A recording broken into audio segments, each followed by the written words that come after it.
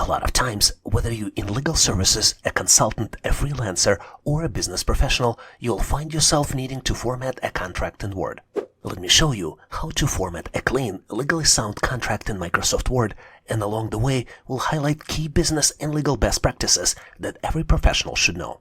We begin with a blank document or an existing draft.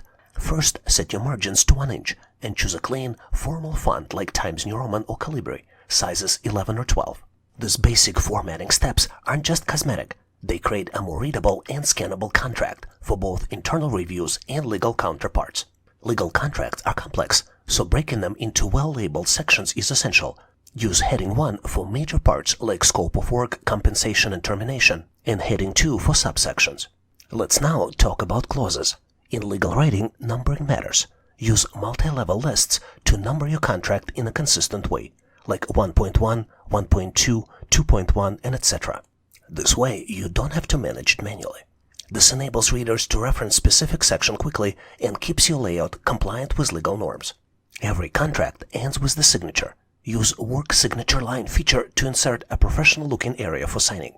And for document you plan to reuse, you can make parts of your contract editable with the content controls. In the next step, let's consider locking the document with restricted editing. Contracts must be secure, especially if you're sharing drafts for review. You can use Word Restrict Editing feature to lock layout and styles, while allowing changes only in fillable fields or comments. You can also turn on track changes to keep a revision history of all the edits, essentially for legal negotiations. And once you're done formatting your contract, save it as Word template.x or export it to PDF. Please consider subscribing to this channel. Skills that you learn here will be helpful for you now and also in the future.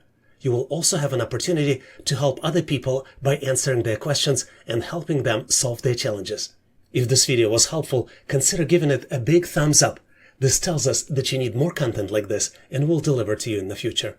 Thanks for watching, and I'll see you in my next video.